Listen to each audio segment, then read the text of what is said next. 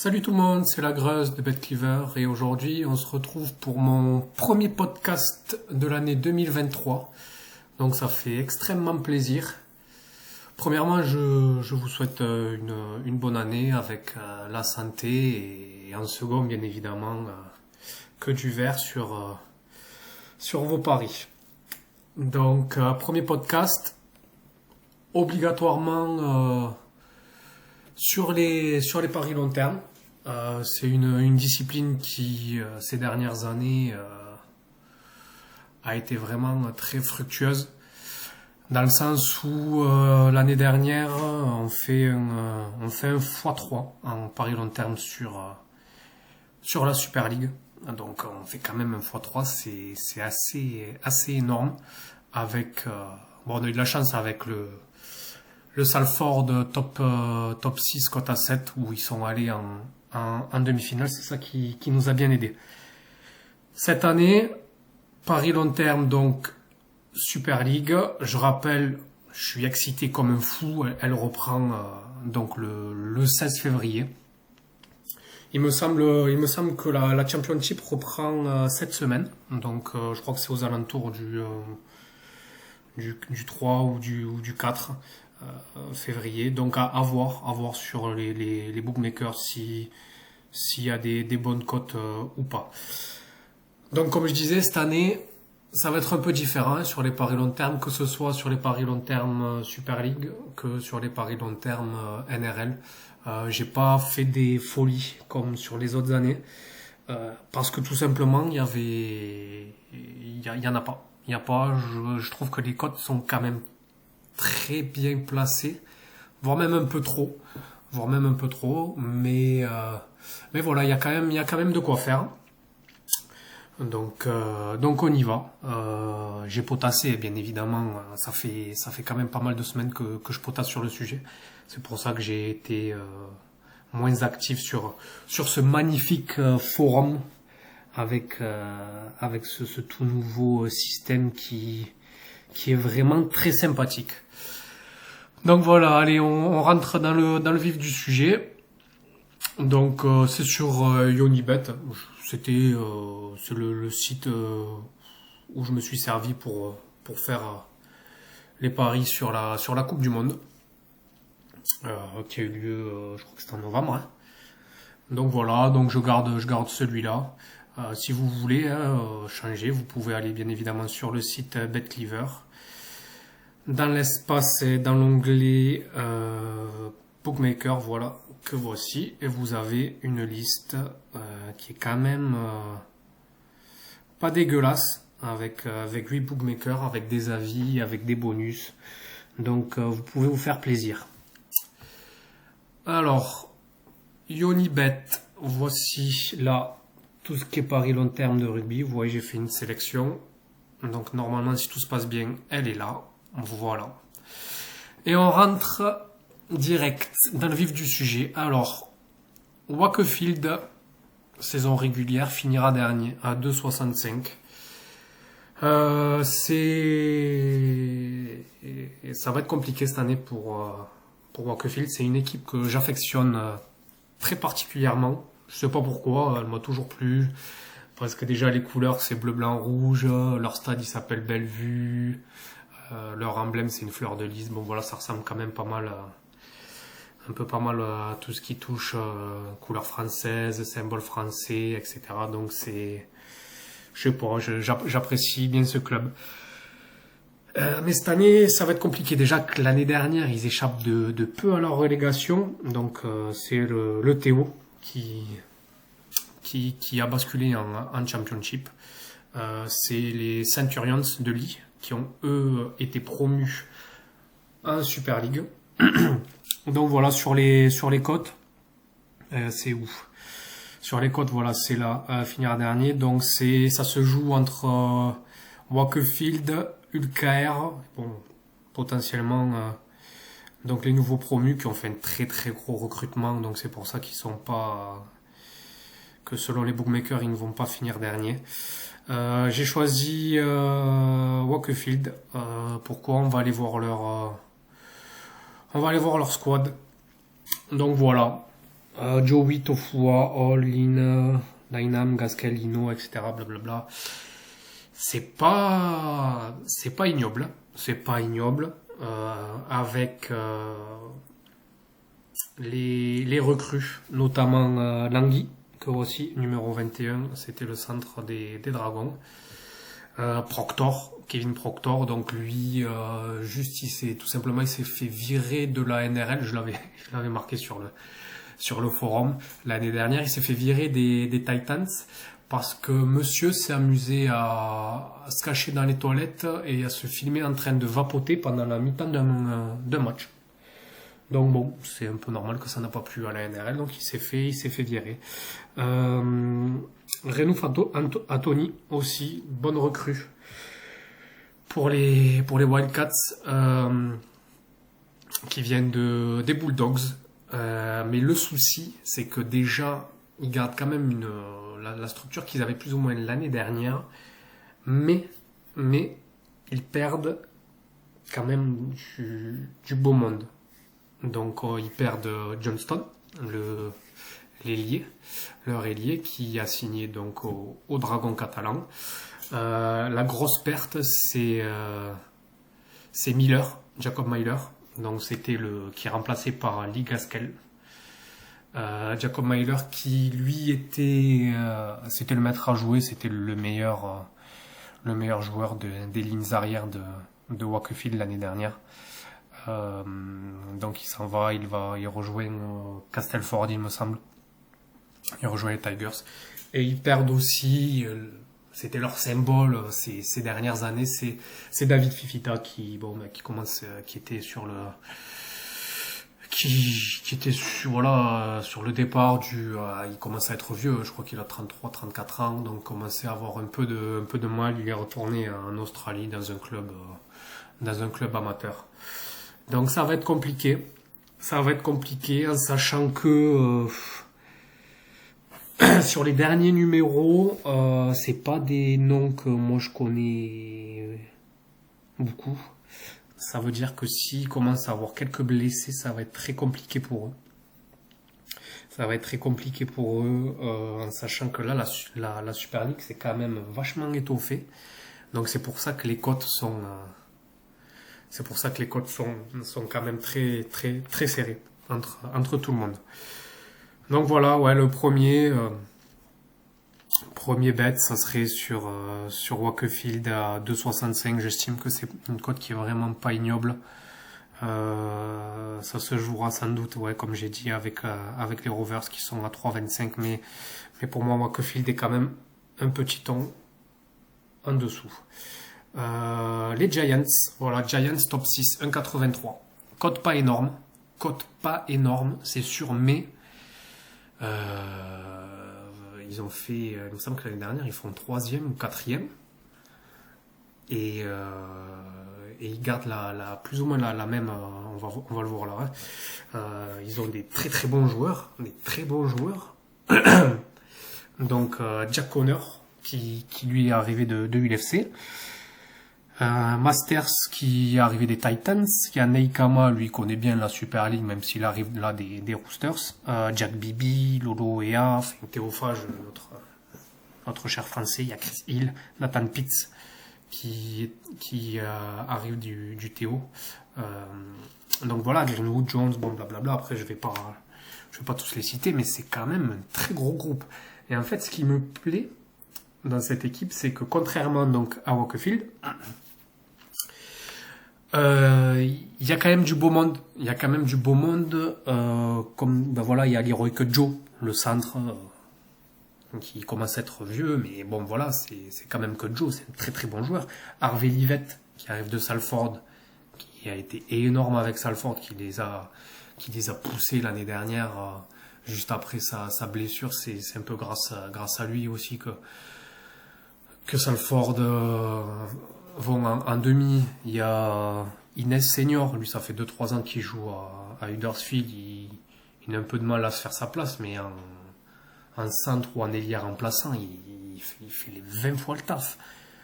Et voilà, il y a Will Price aussi. Lui l'année prochaine, c'est tellement une pépite que l'année prochaine, il est annoncé en NRL.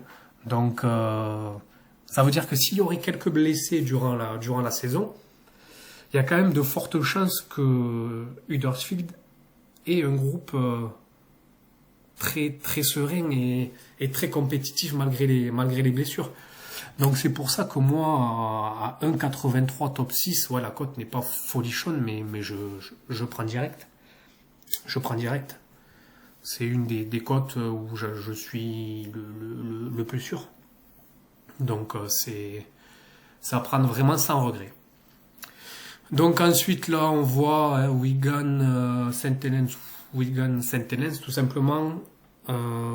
J'ai fait Wigan gagnant de la saison régulière, donc premier du championnat, avec aussi Wigan, donc vainqueur de la Super League, et pareil avec St Helens, donc St Helens gagnant le championnat et gagnant la Super League.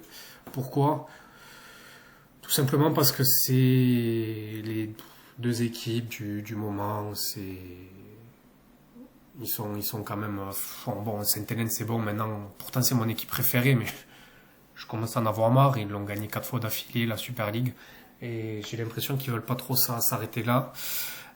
Et Wigan, c'est Wigan, ils sont toujours au top. Là surtout ils ont fait des très gros recrutements, ils ont une très belle équipe. Donc on va parler d'abord de Wigan. Donc les voici leur équipe: Field, French, Toby King, Wardle, Marshall, Catcust. Voilà, ça bouge pas des masses comparé à l'année dernière. Mais voilà, Jeffield énorme, Bevan French, voilà, lui il est donné comme le top try scorer de la saison. Donc c'est pour dire. Wardle, King, très grosse paire de centres. Liam Marshall qui fait le taf. Catcust, Harry Smith, une bonne charnière. Singleton, Powell, Byrne, on commence à en avoir. On commence à les connaître. Willy, Farrell, Smithy, voilà, c'est Mike Cooper de Warrington. Paul Pierce qui est très très fort. Patrick Mago, lui, c'est une bonbonne. Shorox, voilà, tout ça, c'est des noms qu'on connaît depuis plusieurs années. L'équipe bouge pas des masses, mais quand même gros recrutement avec Jack Wardle. Et il me semble, il y a qui aussi? Et Toby King, donc ils ont refait leur paire de centres, c'est pas déconnant, Après, un peu pareil, hein, donc il y a Patrick Mago qui porte le numéro 20, il y a Shorox qui est très fort, il y a Yann Thornley, bon, moi j'aime pas trop, mais il fait le taf. Miski, l'ailier, qui est aussi très bon. Alex Sutton, idem. Ça bouge pas. C'est serein. Il n'y a plus qu'à rester sur la dynamique de l'année dernière. Et il y a de fortes chances qu'ils se retrouvent minimum en finale. Donc, sans doute, enfin oui, on espère contre Saint-Helens. Donc, leur squad, lui, carrément, le squad de Saint-Helens, il n'a pas changé. Il n'a pas changé. Ça fait 3 ans que c'est le même. Du 1 au 18. Il y a 2 joueurs qui ont dû changer en 3 ans. Donc voilà. Mais entre nous, cette année, j'ai un petit penchant sur Wigan. Pourquoi ? Parce que Saint-Helens, moi, c'est une équipe quand même que je connais. Hein. Je supporte depuis plus de 20 ans. Alors ouais, elle change pas. Donc on sait qu'une équipe qui change pas, c'est une équipe qui tourne, c'est une équipe qui est rodée. Mais moi, il y a en fait un petit bémol à ça, c'est que Matkinson, Opowait, Percival, un peu Lomax, Wormsley, Robbie,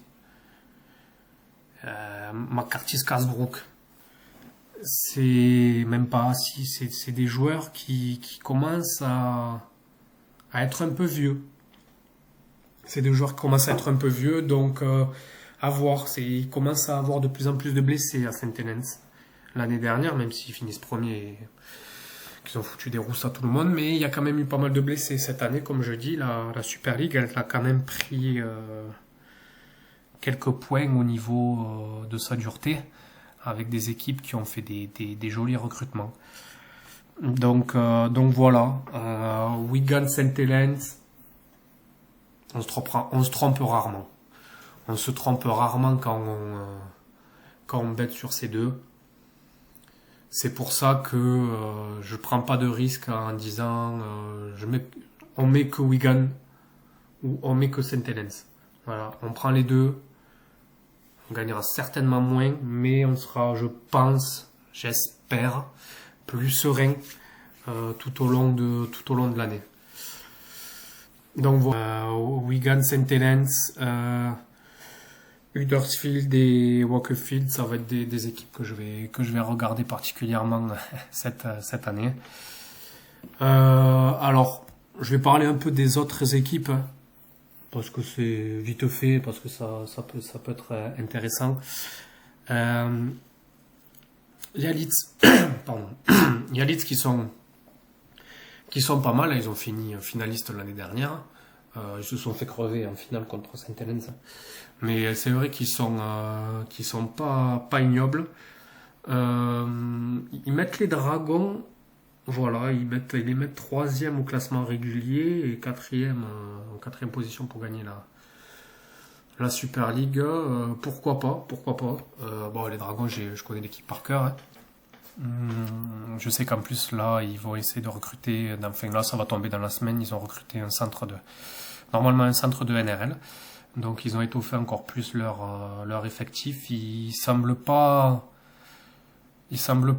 ignobles, pas ignobles, mis à part que là, par exemple, voilà, il y a Yaya qui s'est blessé, il y a Tyrone May, lui, qui s'est déplacé à la Coupe du Monde, le bassin, Sam Tomkins qui est un peu sur les rotules.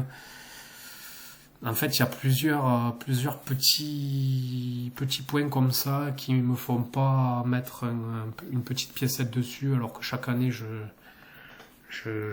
la mets. Mais bon, je vois pas pourquoi les mettre dans le top 6 alors qu'ils sont 1,50. Enfin, ça n'a aucun sens. Faudra faire attention à Warrington cette année. Je les avais mis l'année dernière, mais je me suis complètement trompé. Mais cette année, comme ils se sont fait déboîter l'année dernière, où ils ont fini 10e, je crois, ils ont fait un recrutement XXL avec les Paul Vaughan, les Maguire, que des mecs de NRL. Là, ils ont les Cassiano des Dragons qui va à Warrington. Ils ont pris Drinkwater aussi des Dragons. Ils ont pris aussi Dodson des Dragons. Ils ont pris un paquet des Dragons. Et les Dragons aussi on fait pas mal de ménage. Parce qu'ils veulent un peu changer leur système de jeu, mais soit Warrington, gros recrutement, donc il faudra faire attention à eux. ULFC aussi pas mal, ils ont fait des bons recrutements avec Tex Hoy, des Knights et Clifford aussi, l'ouverture des Knights, donc ce sera une équipe aussi à regarder cette année, mais voilà. Je suis quand même assez content. J'ai pas de regret à faire cette vidéo, même si, imaginons un cas catastrophique, il n'y a rien qui passe. Moi, c'est des bêtes que j'ai depuis très très longtemps en tête, que après j'ai regardé du coup avec tous les transferts, etc. J'ai tardé à faire cette vidéo parce que les cotes ne sont sorties. Donc chez les bookmakers, il y a pas forcément très longtemps. Mais donc voilà, Wakefield dernier, Giants top 6, Wigan, pourquoi pas, vainqueur de la Super League, St. Helens, pourquoi pas, vainqueur de la Super League, Wigan, vainqueur champion de saison régulière, et St. Helens, champion de la saison régulière. Donc voilà pour ce premier podcast, j'essaie quand même d'être le plus synthétique possible et le plus court possible, même si je vois que déjà ça fait une grosse vingtaine de minutes. Donc voilà, j'espère que vous l'avez apprécié. Prochain podcast qui va popper dans pas très longtemps. Je vais pas tarder à le faire. Donc ça sera sur les paris long terme, mais cette fois-ci de NRL. Donc la NRL, elle reprend elle le 16 mars. Donc on a encore un petit peu de temps devant nous, même si je vous cache pas que comme aussi c'est pareil, j'avais la NRL, ça fait un petit moment que j'ai les bêtes. J'ai vu que les cotes, toutes les cotes que j'ai prises, enfin quasi toutes les cotes que j'ai prises, elles ont fondu, elles ont perdu entre 0,1 et 0,2. Donc c'est pour ça, je vais pas tarder à la sortir, même si la NRL c'est dans 2 mois. Donc voilà. Allez, à plus les amis.